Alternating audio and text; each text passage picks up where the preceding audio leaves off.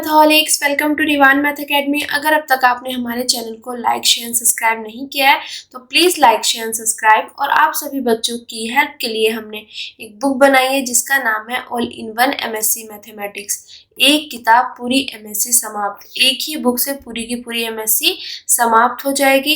अगर आप इस बुक को बाय करना चाहते हैं, इसके बारे में कुछ भी इंफॉर्मेशन जानना चाहते हैं तो हमारे इस नंबर पर हमें कॉल कर सकते हैं या व्हाट्सएप कर सकते हैं। और ये बुक जो है इस टाइम पर डिजिटल बुक है और इस बुक का प्राइस है 1499 रुपये। और इस बुक में जो टोटल पेजेस हैं वो है 1440 पेज। ठीक है। एंड हमने क्या किया है, जिन 20 सब्जेक्ट्स को कंबाइन करके ये बुक बनाई है उन 20 के 20 सब्जेक्ट्स को हमने सेपरेट भी अवेलेबल अपनी ऐप पर कराया हुआ है। अगर आप किसी भी पर्टिकुलर सब्जेक्ट को बाय करना चाहते हैं तो आप पर्टिकुलर सब्जेक्ट को भी बाय कर सकते हैं और उसका प्राइस जो है हर एक सब्जेक्ट का 99 रुपये है। ठीक है। तो आप बच्चों के कंफर्टेबल जोन के हिसाब से हमने दोनों तरीके से अवेलेबल करा दी है अपनी ऐप पर। और हमारी ऐप का जो लिंक है वो हमारे यूट्यूब चैनल के अबाउट में जाके आपको मिल जाएगा। ठीक है बेटा। आज हम integral equation and calculus of variation में नेक्स्ट एग्जाम्पल करने वाले हैं जो कि रिलेटेड है conversion of differential equation two integral equation. Initial value problem वाला टॉपिक चल रहा है हमारे पास। ठीक है। तो अगर हमारे पास कोई भी डिफरेंशियल इक्वेशन हमें गिवन है और हमें उसे कन्वर्ट करना है इंटीग्रल, एक मिनट बेटा, इंटीग्रल इक्वेशन में, और यहाँ पे जो इनिशियल मतलब जो कंडीशंस गिवन होती है ना वो इनिशियल वैल्यू प्रॉब्लम से रिलेटेड होती है। ठीक है, कि x की सेम वैल्यू पर। तो अगर ऐसी सिचुएशन आती है तो हमारे पास ये 4 स्टेप्स हमें फॉलो करके उस टाइप के क्वेश्चंस को क्या करना होता है, सॉल्व करना होता है। तो पहला क्या होता है, हमारा पहला स्टेप जो होता है वो होता है कि हाईएस्ट ऑर्डर डेरिवेटिव को, कि जो भी डिफरेंशियल इक्वेशन गिवन है उसमें हाईएस्ट ऑर्डर डेरिवेटिव को हमें इक्वल मानना होगा अननोन फंक्शन के। अननोन फंक्शन के हम इसलिए इक्वल मानते हैं क्योंकि जब इंटीग्रल इक्वेशन हमारे पास बन के आती है तो वहां पे अननोन फंक्शन हमें चाहिए। ठीक है बेटा, इतना क्लियर हो गया। एंड उसके बाद स्टेप नंबर 2 में जो हमने यहाँ पे हाईएस्ट ऑर्डर डेरिवेटिव को इक्वल टू अननोन फंक्शन के माना है तो हम उस पोर्शन को, उस पार्ट को तब तक इंटीग्रेट करते रहेंगे जब तक कि डिफरेंशिएशन वाला पार्ट ओवर ना हो जाए। ठीक है। फिर स्टेप नंबर 3 में जो भी वैल्यूज यहाँ से निकल के आएंगी, स्टेप नंबर 2 से जो भी वैल्यूज यहाँ पे निकल के आएंगी उन सभी वैल्यूज को गिवन डिफरेंशियल इक्वेशन में पुट करके सॉल्व करेंगे। और सॉल्व करने के बाद स्टेप नंबर 4 में finally we will get the integral equation, हमें इंटीग्रल इक्वेशन प्राप्त हो जाएगी। ठीक है। तो ये 4 स्टेप्स आपको माइंड में सेट करके रखना ही रखना है कि गिवन डिफरेंशियल इक्वेशन में जो हाईएस्ट ऑर्डर डेरिवेटिव होगा उसको इक्वल मानना है नॉन फंक्शन के। फिर इसको तब तक इंटीग्रेट करना है जब तक डिफरेंशिएशन वाला पार्ट ओवर ना हो जाए। और डिफरेंशिएशन वाला पार्ट ओवर होने के बाद जो वैल्यूज निकल के आएंगी उन वैल्यूज को गिवन डिफरेंशियल इक्वेशन में पुट करना है और उसको सॉल्व करना है, देन इंटीग्रल इक्वेशन हमें मिल जाएगी। अब देखते हैं कि आज का एग्जाम्पल हमारे पास क्या है, फिर इसके सॉल्यूशन पर चलते हैं। एग्जाम्पल है form an integral equation corresponding to the differential equation given by. हमें वही चीज कि हमारे पास एक डिफरेंशियल इक्वेशन गिवन है। ठीक है बेटा। ठीक है। और उससे हमें क्या बनाना है, उसके कॉरस्पॉन्डिंग इंटीग्रल इक्वेशन फॉर्म करनी है, मतलब लेके आनी, बनानी है। ठीक है। और साथ में यहाँ पे हमारे पास इनिशियल कंडीशंस गिवन है। ठीक है। अब ये देख रहे हैं कि जो यहाँ पे कंडीशंस गिवन है क्या वो इनिशियल वैल्यू प्रॉब्लम से रिलेटेड है, तो वो देख लेंगे। उसमें क्या होता है, x जैसे ये वाली वैल्यू हमारे पास गिवन होती है सोम। ठीक है। तो यहाँ पे x की वैल्यू सेम होनी चाहिए, तो वो चीज चेक कर लो। x की वैल्यू सेम है, यस, दोनों जगह x की वैल्यू 0 ही गिवन है। तो x की सेम वैल्यू पे y और उसके डेरिवेटिव्स का गिवन होना इनिशियल वैल्यू प्रॉब्लम को दर्शाता है। क्लियर बेटा, इतना हो गया। अब देखो,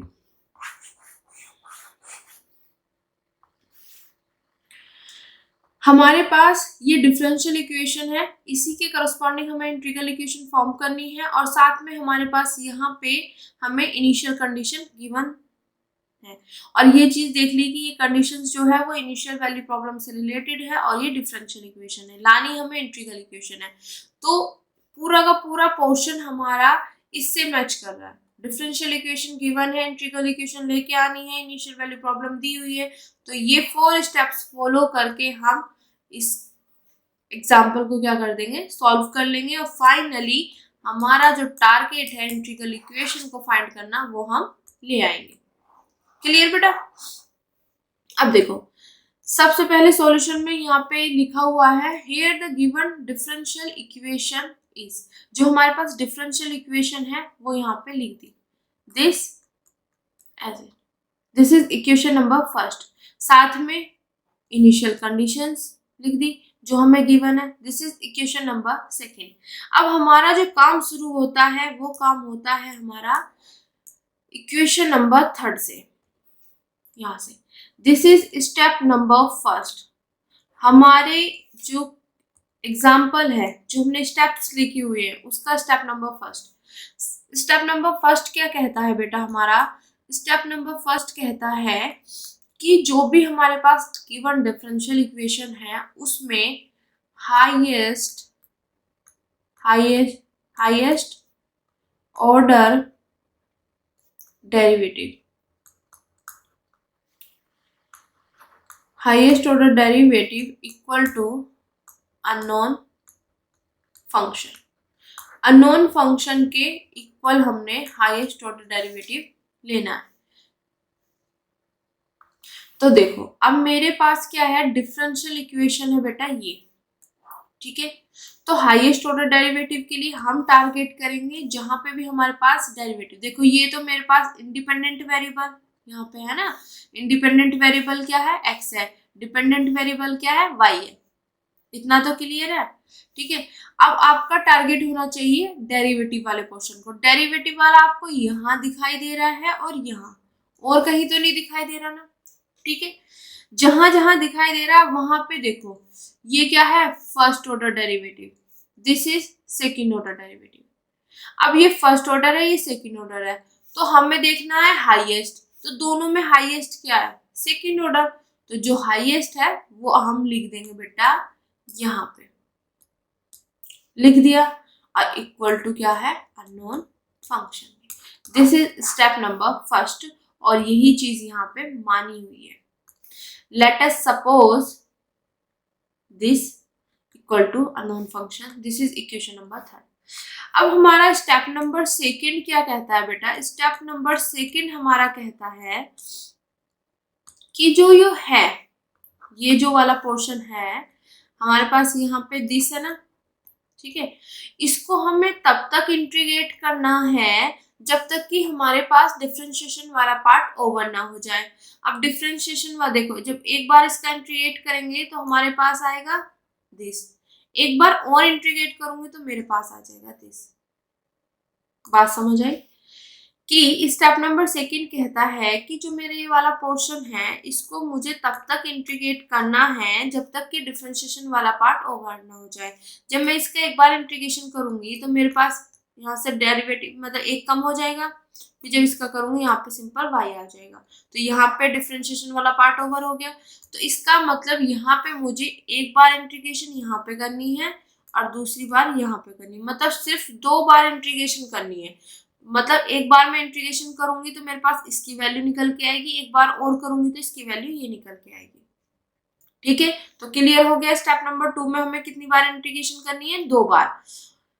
अब चलते हैं अपना स्टेप नंबर 2 है यहाँ से स्टार्ट,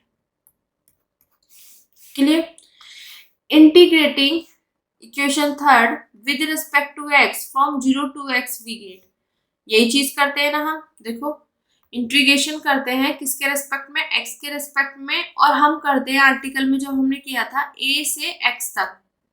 a की वैल्यू क्या है यहाँ पे, ये ऐसे दिया होता है ना, तो a की वैल्यू क्या है मेरे पास बेटा 0, तो 0 से x तक। इतना क्लियर हो गया, ठीक है बेटा। अब हम करेंगे आगे। अब इसे थोड़ा सा मैं छोटा कर लेती हूँ यहाँ, ठीक है। अब देखो ये मेरे पास जो है इक्वेशन नंबर 3 को मुझे इंटीग्रेट करना है। किसके रेस्पेक्ट में करना है? x के रेस्पेक्ट में, 0 से x। तो इंटीग्रेशन करनी है 0 से x किसके रेस्पेक्ट में बेटा?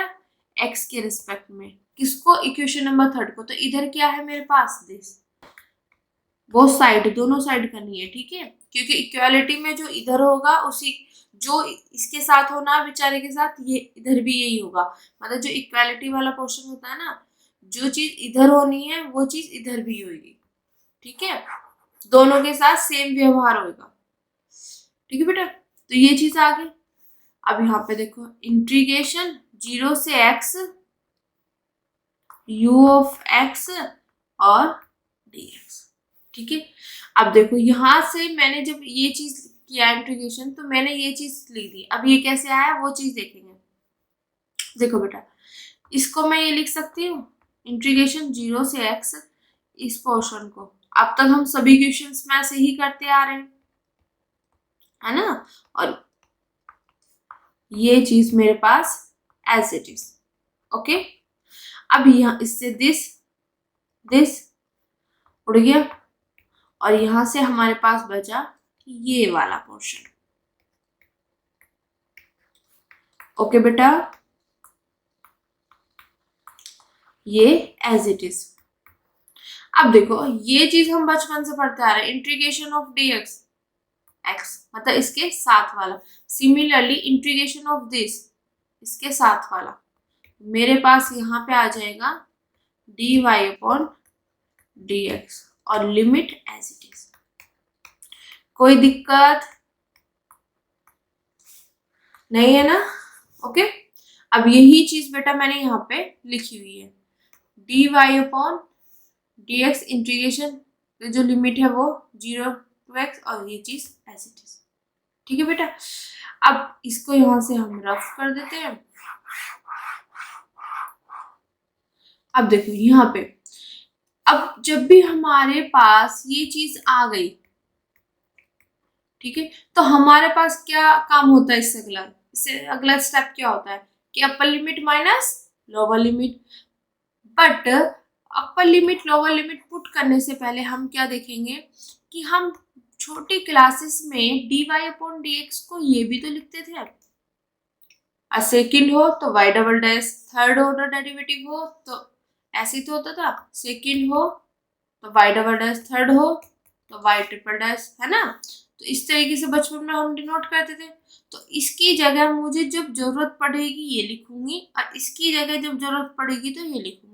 सिर्फ रिप्रेजेंट करने का फंडा है कि मुझे मेरे पास दोनों चीज रखी है, मुझे जब चाहिए ये ले लूंगी, जब चाहिए ये ले लूंगी, ठीक है, अकॉर्डिंग टू अपने कंफर्टेबल जोन के हिसाब से, ठीक है बेटा। तो यहाँ पे मैं क्या करूंगी, इसकी जगह पुट कर दूंगी y डैश x, और limit 0 to x equal to integration 0 to x u of x dx। इतना क्लियर?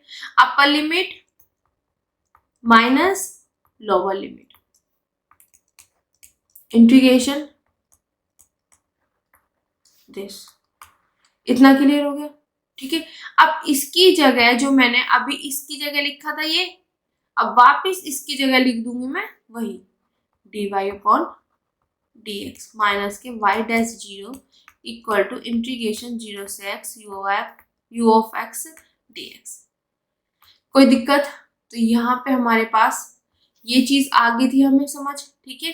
अब देखो dy upon dx minus K y dash of 0 this. तो यहाँ तक की ये चीज अच्छे से आपको समझ आ गई। हर क्वेश्चन में सेम ही पैटर्न है, सेम ही स्टेप्स फॉलो हो रहे हैं, कोई नया स्टेप फॉलो नहीं हो रहा है, ठीक है, सब चीजें वही है। अब देखो y डैश 0 की वैल्यू क्या मेरे पास, y डैश 0 की वैल्यू मेरे पास माइनस के 1, तो माइनस के 1 यहाँ पे हम पुट कर देंगे। देखो अगर मैं यहाँ पे पुट करूंगी ये वाला, इसके बाद स्टेप देखो dy अपॉन dx, यहाँ पे माइनस है, इसकी वैल्यू है minus K 1 equal to 0 to x u of x dx। अब ये मेरे पास माइनस माइनस क्या हो जाएगा यहाँ पे बेटा, प्लस, ठीक है। अब मुझे चाहिए dy अपॉन dx की वैल्यू, ठीक है, तो ये प्लस में है, इधर इधर जाके क्या हो जाएगा माइनस में, ओके। और प्लस इंटीग्रेशन 0 से x u of x dx, ये एज इट इज। अब ये जो यहाँ पे ये चीज लिखी है, ये लिखी है हमने कंडीशन, जो अभी हमने इसकी वैल्यू यूज करी है ना, वो कंडीशन यहाँ पे लिखी। तो इतना क्लियर हो गया बेटा, ठीक है। अब यहाँ पे ये होने के बाद यहाँ था इक्वेशन नंबर 4। अब सिंपल सी चीज है, हमेशा मैंने बोला कि मेरे पास जब भी ये वैल्यूज निकल के आए और इंटीग्रेशन के अंदर आपको अननोन फंक्शन इस तरीके का दिखाई दे, तो उसको आपने चेंज कर देना है, मतलब वेरिएबल चेंज करना है। बात समझ आ गई? क्योंकि मुझे इस टाइप का चाहिए, इंटीग्रल साइन के अंदर मुझे अननोन फंक्शन इस टाइप का बैठा हुआ दिखाई देना चाहिए। अगर इस तरीके का दिखाई दे रहा है तो उसको कर दो चेंज, क्योंकि वेरिएबल चेंज करने पर इंटीग्रेशन की वैल्यू पे कोई फर्क नहीं पड़ता है। तो हम यहाँ पे क्या कर देंगे, वेरिएबल चेंज कर देंगे।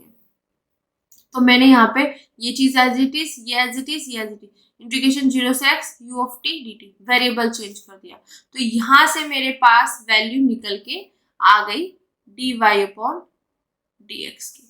This is equation number 5। तो देखो मैं यहाँ पे थी, ठीक है, मैंने इसको एक बार इंटीग्रेट किया तो मेरे पास dy अपॉन dx निकल के आ गया। अब इसको एक बार और इंटीग्रेट करेंगे, फाइनली हमारे पास y आ जाएगा। तो मैं इक्वेशन नंबर जो 4 है मेरे पास ये वाली, इसको मैं क्या करूंगी, इंटीग्रेट करूंगी। तो integrating equation number 4 with respect to x और फ्रॉम, यहाँ पे लिख भी लेना, फ्रॉम 0 टू x।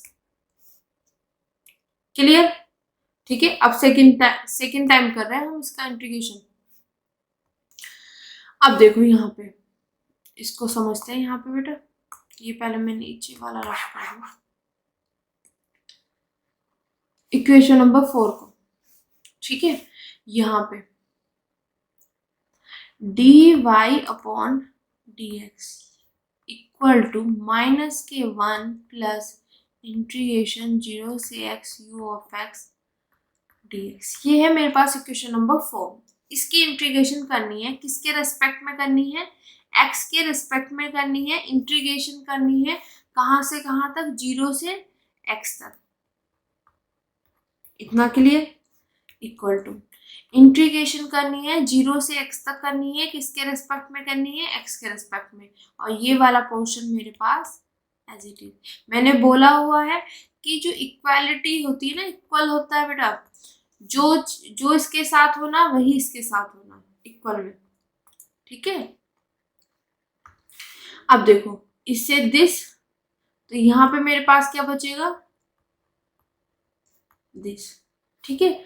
अब इसे अंदर ले जाओ, इंटीग्रेशन 0 से x प्लस माइनस बाहर ले लिया मैंने, और यहाँ पे आ जाएगा dx, ठीक है, प्लस इंटीग्रेशन 0 से x अंदर भी तो बैठा हुआ है, इंटीग्रेशन 0 से x u of x dx, और एक ही आ गया। इतना क्लियर? ठीक है। अब हम बचपन से पढ़ते आ रहे हैं वही चीज सेम। इसका इंटीग्रेशन क्या होता है, दिस, इसके साथ वाला। तो हमारे पास इसका इंटीग्रेशन क्या हो जाएगा, दिस, कोई दिक्कत, और लिमिट ऐसे, ठीक है। अब x का क्या होता है मेरे पास इंटीग्रेशन, इसका अभी तो देखा x, इंटीग्रेशन ऑफ dx क्या होता है मेरे पास, x। तो ये रखेंगे minus sign as it is, limit, ठीक है बेटा। अब देखो यही चीज मल्टीपल इंटीग्रल वाली है ना, ये जितनी बार भी है इसको हम लिखेंगे only one time, u of x as it is dx। कितनी बार है ये लिख देंगे इसके ऊपर। क्लियर? ठीक है। ओह भाई,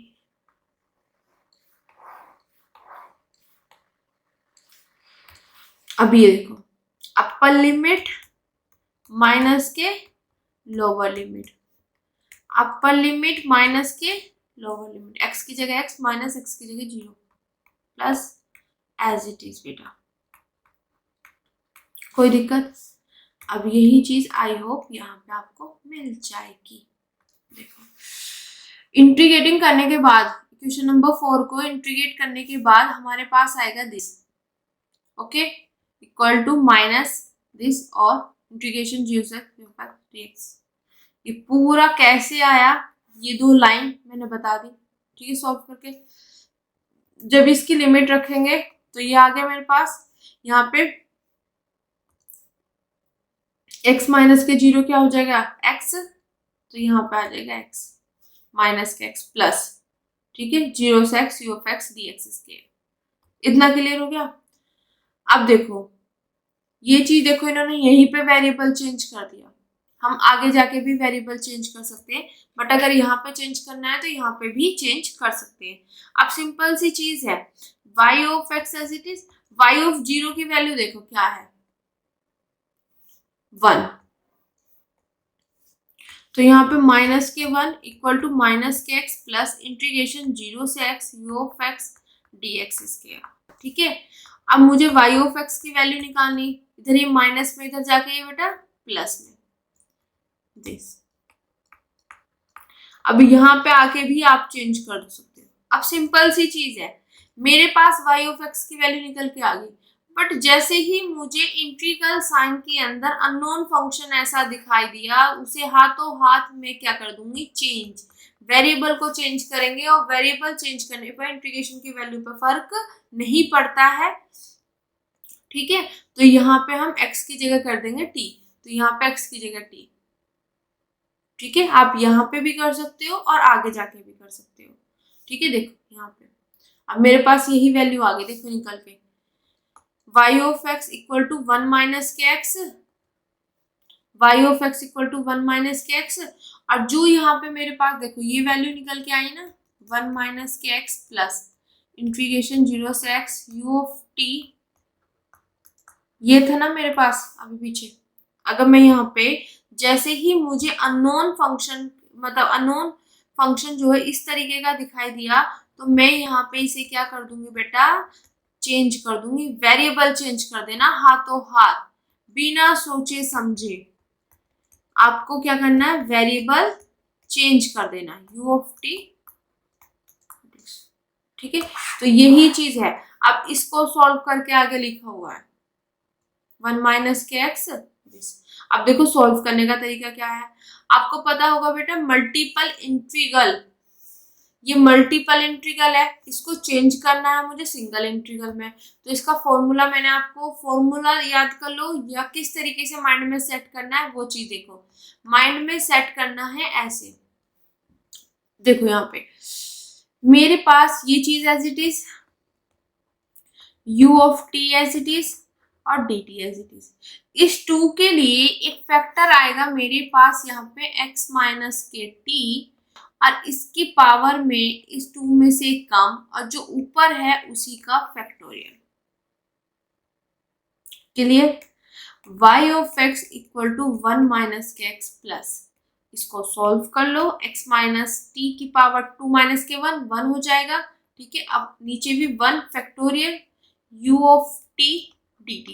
अब सिंपल सी चीज है, 1 फैक्टोरियल की वैल्यू क्या होती है मेरे पास 1, तो इसकी जगह मैं क्या लिख सकती हूँ यहाँ पे 1 लिख दिया, और किसी के अपॉन में अगर 1 है तो उसको हम सिंपली ऐसे रहने देते हैं। तो मेरे पास फाइनली जो है ये वैल्यू निकल के आ गई y of x equal to 1 minus के x plus 0 to x minus के t u of t dt। This is equation number 6। और यहाँ पे जो ये चीज लिखी हुई है, ये यहाँ पे हमने जो वैल्यू यूज की है, एक मिनट बेटा, इसकी इनिशियल कंडीशन की जो वैल्यू यूज की है वो लिखी हुई है, ठीक है बेटा। आगे बात समझ। अब देखो मेरे पास यहाँ पे बेटा जी स्टेप नंबर फर्स्ट हमने ये लिया, स्टेप नंबर 2 में हमने इसको इंटीग्रेट किया, ये निकल गया, फिर इसको इंटीग्रेट किया, अब ये निकल गया। अब जो भी वैल्यू निकल के आ गई हमारे पास, जो भी वैल्यू निकल के आई है हमारे पास, स्टेप नंबर 3 में हम उन सभी वैल्यूज को पुट करेंगे गिवन डिफरेंशियल इक्वेशन में। जो हमारे पास डिफरेंशियल इक्वेशन हमें गिवन है स्टेप नंबर 3 में, हम इनकी वैल्यू क्या करेंगे, पुट करेंगे और उसको सॉल्व करेंगे, क्लियर। तो देखो यहाँ पे स्टेप नंबर 3 स्टार्ट हो गया है, step number 3 step number third में क्या करना, इन सभी की वैल्यू जो मेरे पास निकल के आई है दिस वो पुट कर देनी है मुझे इक्वेशन नंबर फर्स्ट में, जो कि मेरे पास गिवन डिफरेंशियल इक्वेशन है। अब इनकी वैल्यू कहाँ से आई है, एक इक्वेशन नंबर थर्ड से आएगी, एक फिफ्थ से आएगी और एक लास्ट सिक्स से, तो वही थर्ड फिफ्थ सिक्स लिखा हुआ है। ठीक है बेटा, इतना क्लियर। अब देखते हैं इनकी वैल्यू पुट करते हैं। पहले गिवन डिफरेंशियल इक्वेशन देख लेते हैं क्या है मेरे पास। ये है हमारे पास, अच्छे से लिखते हैं इसको।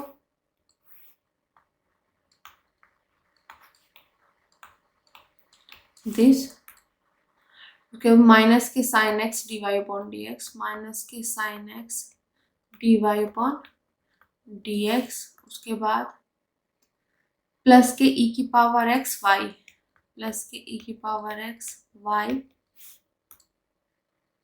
Sorry, equal to X, equal to X. ये है मेरे पास गिवन डिफरेंशियल इक्वेशन। अब मुझे इसकी वैल्यू पुट करनी है। अब देखो इसकी वैल्यू मेरे पास क्या है, अननोन फंक्शन हमने कंसीडर किया था, तो इसकी जगह रखेंगे हम अननोन फंक्शन। माइनस के sine X as it is, D Y upon D X की वैल्यू निकालो, D Y upon D x minus K 1 plus integration 0 से X U of T D T, minus K 1 plus integration 0 से X U of T D T. ठीक है, यहां तक समझ आ गया। प्लस ई की पावर एक्स, अब रखो यहाँ पे वाई की वैल्यू, वाई की वैल्यू क्या है, minus K 1 minus x plus integration 0 से एक्स माइनस के T U of T D T, bracket बंद और इक्वल टू एक्स। यहाँ तक की बात समझ आ गई। ठीक है, अब इसको क्या किया है, यहाँ पे इन्होंने सॉल्व किया है। अब सॉल्व कैसे किया है वो देख लेते हैं।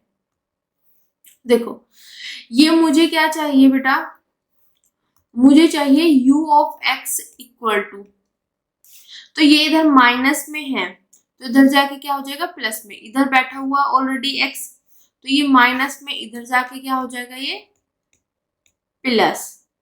ठीक है, ये पूरा पोर्शन इसके साथ है, इंटीग्रेशन 0 से x u of t dt, इतना क्लियर, साथ में था।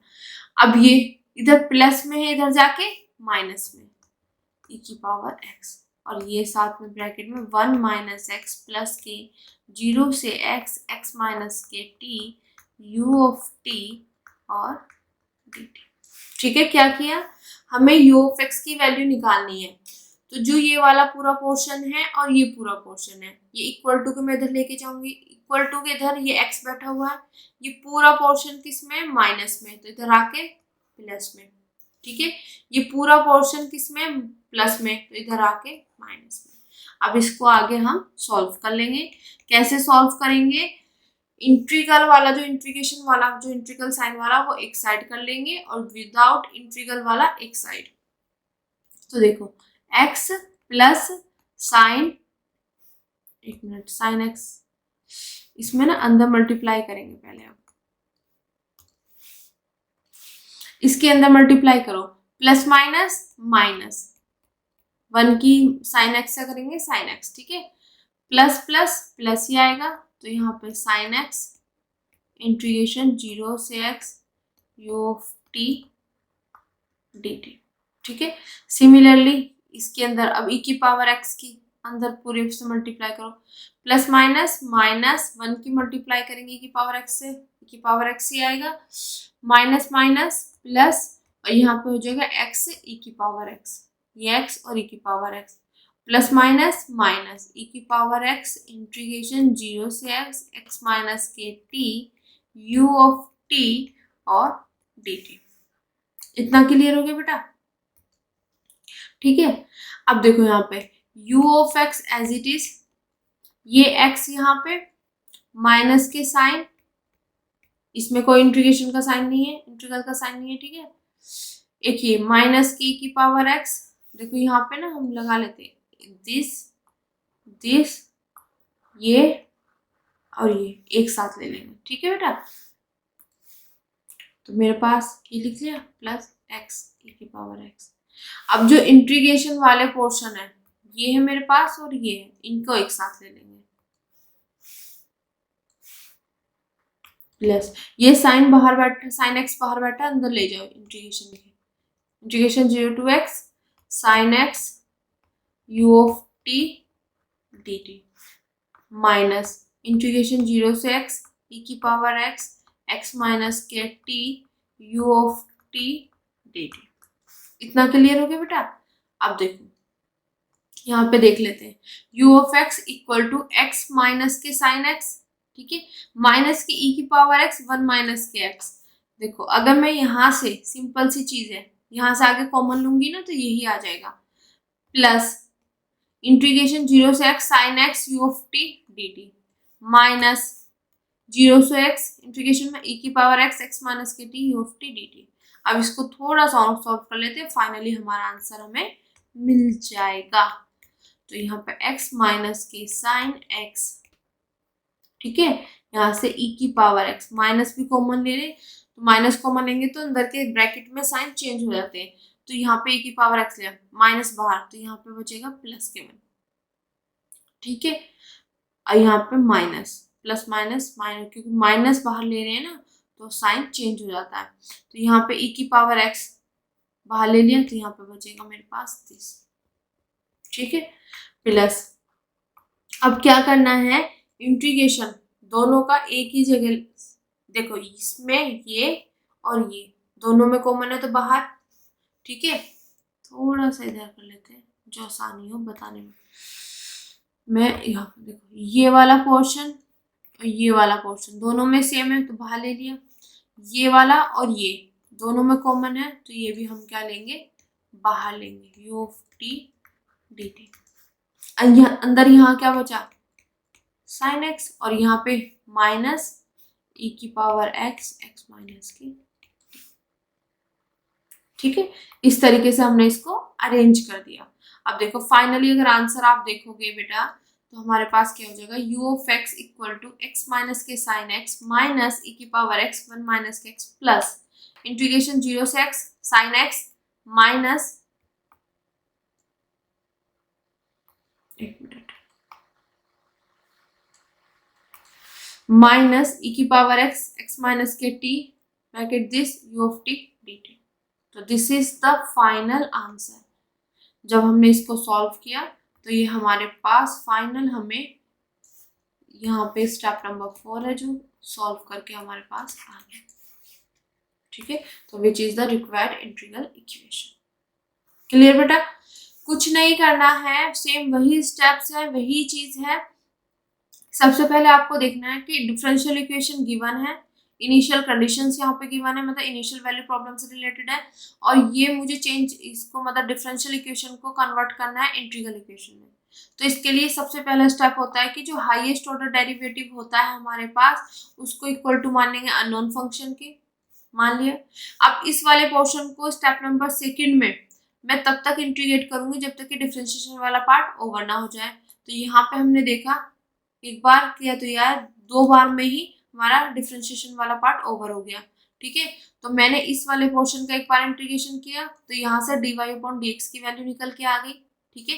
पहले ये आएगी बट जैसे ही इंटीग्रल साइन के अंदर आप ये देखोगे तो नॉन फंक्शन में यहाँ पे वेरिएबल चेंज कर देना।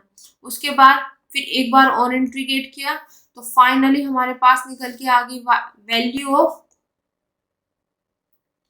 y की वैल्यू निकल के आ गई, ठीक है। इतना क्लियर हो गया बेटा। अब स्टेप नंबर 2 हमारा पूरा हो गया, तो स्टेप नंबर 3 क्या कहता है कि जो ये वैल्यू निकल के आई है इन्हीं को हम गिवन डिफरेंशियल इक्वेशन में पुट कर देंगे। तो इसकी जगह इसकी वैल्यू पुट करेंगे, इसकी जगह इसकी वैल्यू पुट करेंगे और इसकी जगह इसकी वैल्यू पुट करेंगे। वैल्यू हमने यहाँ पे अपना देखो यहाँ पे हमने पुट कर दी। पुट करने के बाद हमने इसको सॉल्व करा, सॉल्व करने के बाद फाइनली हमारे पास जो है आंसर आ गया, ठीक है। तो आई होप आज का लेक्चर आपको अच्छे से समझ आया होगा। इस टाइप के क्वेश्चंस में सेम पैटर्न चल रहा है, सेम स्टेप्स चल रहे हैं कि हाईएस्ट ऑर्डर डेरिवेटिव का नॉन फंक्शन के, फिर उसको तब तक इंटीग्रेट करते रहना है जब तक कि डिफरेंशिएशन वाला पार्ट ओवर ना हो जाए। एंड डिफरेंशिएशन वाला पार्ट ओवर होते ही सभी वैल्यू उठा के हमें गिवन डिफरेंशियल इक्वेशन में पुट करनी है और सॉल्व करना है। ठीक है, सेम पैटर्न चल रहा है, सेम स्टेप्स चल रहे हैं इस टाइप के क्वेश्चन में। तो अगर आपको मेरी वीडियोस अच्छी लग रही है, आपको नॉलेज मतलब हेल्पफुल नॉलेज मिल रही है, तो उन बच्चों तक जरूर पहुंचाएं जिनको इनकी नीड है, और कमेंट करना ना भूलें। Thank you so much.